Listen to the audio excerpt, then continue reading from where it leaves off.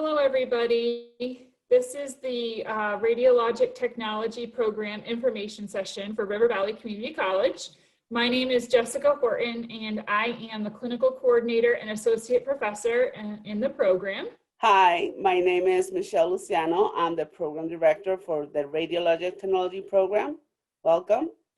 The purpose of this information session is to provide prospective students with an overall understanding of the RadTech program, to discuss the prerequisite requirements, and this is also one of the requirements for the admissions process, is to watch this video for the information session. What is a radiologic technologist? They are a scientific artist who works as part of the health professional team. With this art, they contribute to the diagnosis and treatment of the patient. What do X-ray technologists do? We are an important integral part of the healthcare team. We assist the radiologist in special procedures. We determine the proper exposure factors, manipulate medical imaging equipment, ensure patient protection, comfort, and provide patient education during imaging procedures, perform a variety of radiographic procedures, and we are part of the acquisition and processing of radiographic images. The program mission for the Radiologic Technology program at River Valley Community College is to educate students to become competent radiographers who provide quality imaging services to healthcare facilities. Currently, the two accreditations that we hold are the New England Council in Higher Education and the JRC-ERT, the Joint Commission of Education for Radiologic Technologists. The curriculum of the program is designed following the ASRT, which is the American Society for Radiologic Technology. They are the one in charge of developing curriculum guidelines, and the ART are responsible for develop the clinical competency requirements. These two bodies work together with JRC as well, just to guarantee a quality of education of the program. The program is 21 months long. All students must pass all courses with a RAD curriculum with a minimum of C+, which is 77 or higher. And upon successful completion of the program, the student will receive an associate in applied science in radiologic technology from the college. Some more things to know. Upon completion of the program, graduates are eligible to sit for the registry examination, or the ARRT exam. Students also should be aware that there's an expectation to commute long distances for clinical placement, potentially up to 2 hours. Due to the physical requirements of the job as a radiographer, prospective students should be aware that lifting and moving heavy objects is part of the profession. Any student with a history of physical limitation is advised to consult with a healthcare provider prior to enrolling and applying in the program. A note about being eligible for the ART: if you have in your past any situation where legal issues is involved, we highly recommend you do a pre-background check through the ARRT, just to be sure you will be eligible to take your registry at the end of your study at the program. And we say this note because we have in the past situation where the student completed the 21 month, and when they are ready to sit for their board, they can, because they have some ethical issues in their records. So please, we will not ask you how you have lived your life in your past, but if this is something that it can interfere or be an issue, you can work it on time prior to start the program. You can, this is very confidential. We don't need to know. You just sign into the webpage is www.arrt.org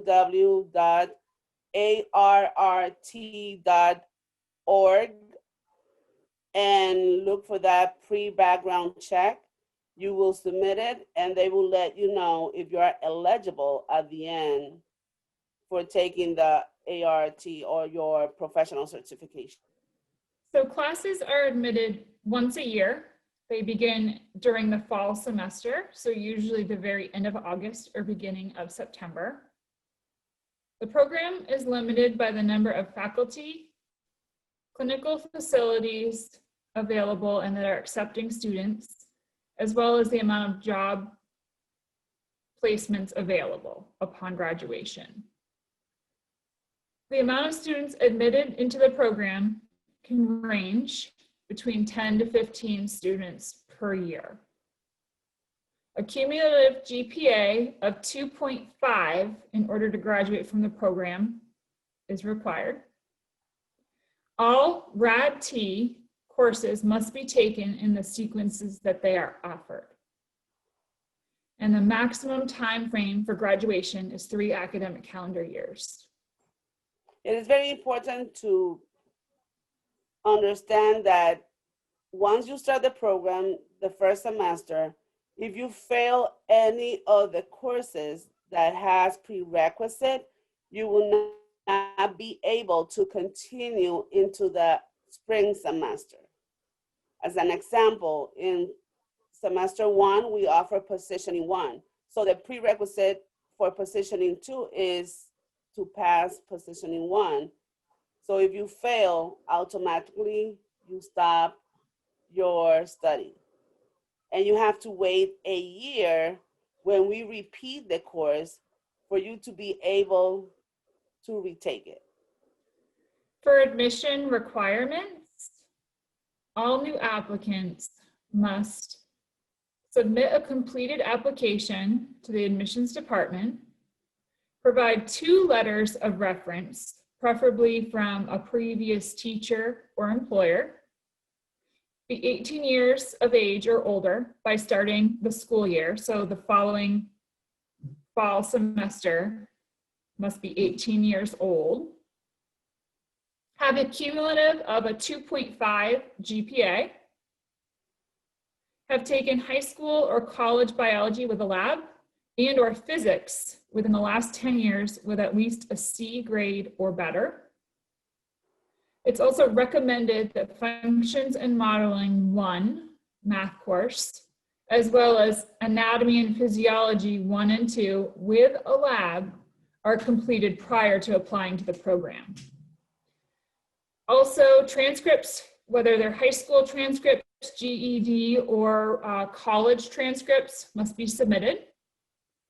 And watching the information session recording and answering the question posed in the recorded video to both Jessica Horton and Michelle Luciano Torres at the emails listed as part of the admission requirements.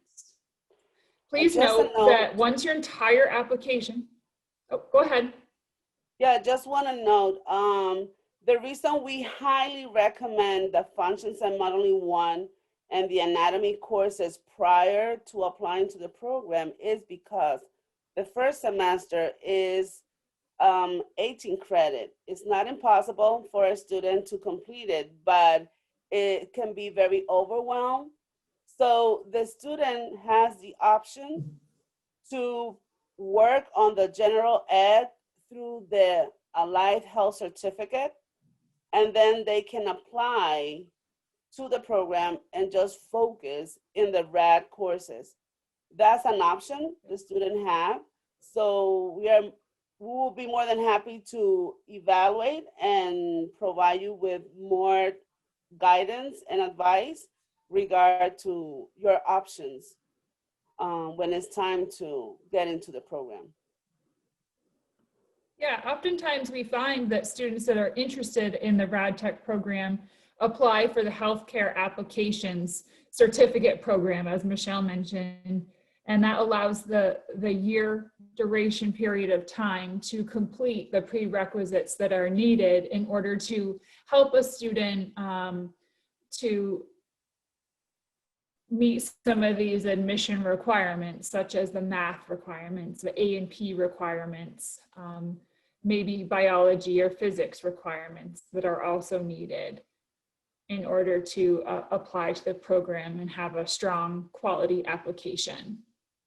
Yeah, the student will need to take So just to note, eventually college composition, computer application, humanity elective, sociology elective. So sometime because the student has a life, they need to work or they have family, like children's, it's difficulty to study and have 18 credit. So that's an option, that's a pathway you have. You can take that year and work on your general eds and then apply to the program and just focus on the RAD courses. once the entire application has been received, the next step would be to interview with program faculty members over Zoom. Admissions will notify you if you have been selected for an interview, and then you would meet with Michelle and I briefly for about 15 to 20 minutes in order to conduct the faculty interview. This would be the last final step in the admissions process prior to acceptance into the program. And also note that in red, the deadline for applications to be received is December 31st of each year. Now, this is a competitive program. So as stated here, admission into the program is a selective process, and it's been developed to ensure that the student has been admitted based on their merit. In order for the application to be completed, the application must be filled out properly, include the letters of recommendation and official transcripts. They must also watch this recorded information session video and respond to the essay question posed and send the essay to the faculty members, Michelle and I, via email. Once the applicant has completed all of the requirements, the admission representative will send the applicant's file to the program director and the clinical coordinator for review. Students will be selected based on a rubric used to grade the student based on the requirements of the program. And shortly, I will share with you what the rubric entails in detail. If selected, a Zoom interview will follow with the program faculty. Student, again, will be selected on a point-based scale based on the requirements of the program. And once a student has been selected or accepted into the program, there's a $100 fee that must be submitted to admissions in order to reserve the student's spot within 30 days of acceptance to the program. This is the admissions rubric in detail. From top, you can see that criteria is listed. There's a point system in the second column, and then an overall score that will be filled out by the program faculty, Michelle and I. And then at the very bottom, the total score is calculated. And depending on the amount of applicants for each year, we will tally up this total of the scores. The students with the highest overall total scores will then be requested to attend a faculty interview via Zoom. And then we will determine final steps for admittance into the program or not. Things to know about the clinical practice. There are clinical rotations as part of the educational experience. In total, there are 4 clinical rotations. That means a student would attend 4 different clinical sites throughout the duration of their education. These clinical sites are geographically widespread due to the rural nature of the area we live in, New Hampshire and Vermont. So it's important to note that students will be required and responsible to drive potentially up to 2 hours to each clinical site.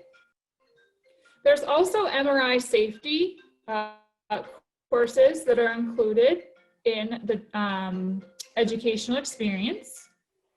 And we have a strict attendance policy. Students are expected to attend all scheduled didactic classes and clinical assignments during the semester.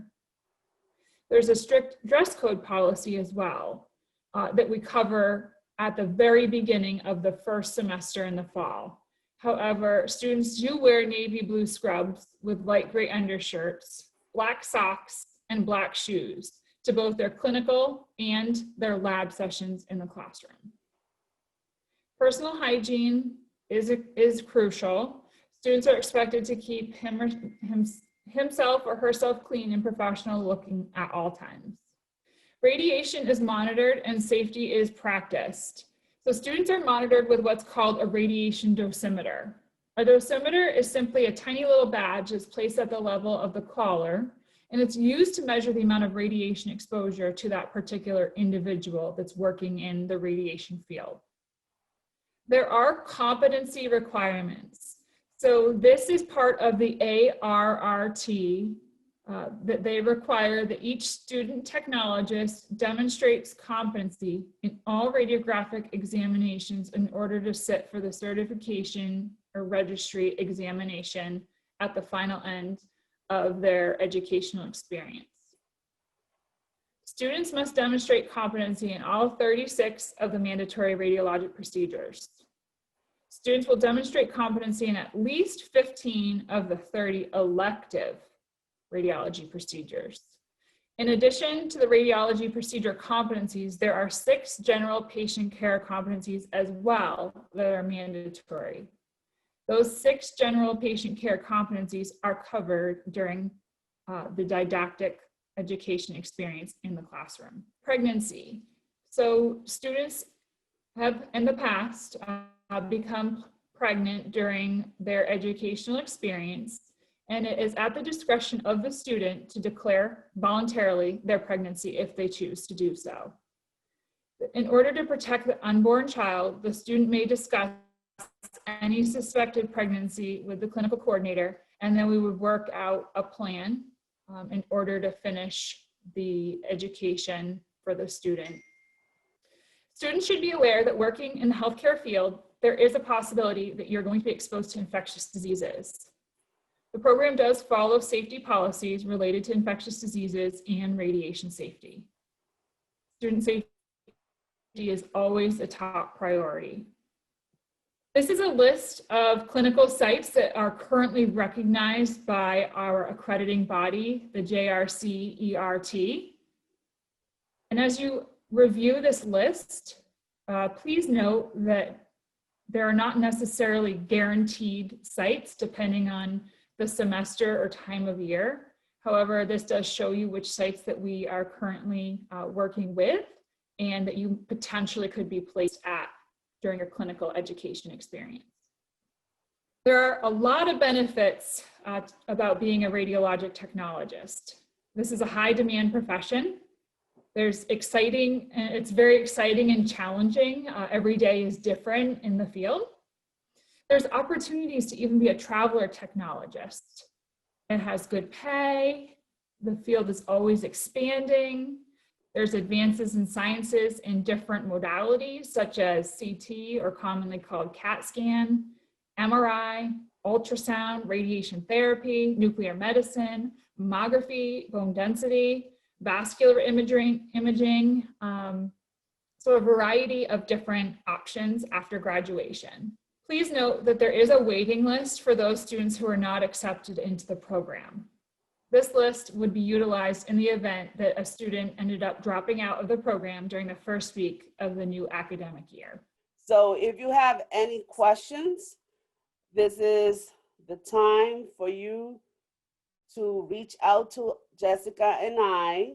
You can send us an email with your questions. We will be more than happy to answer it.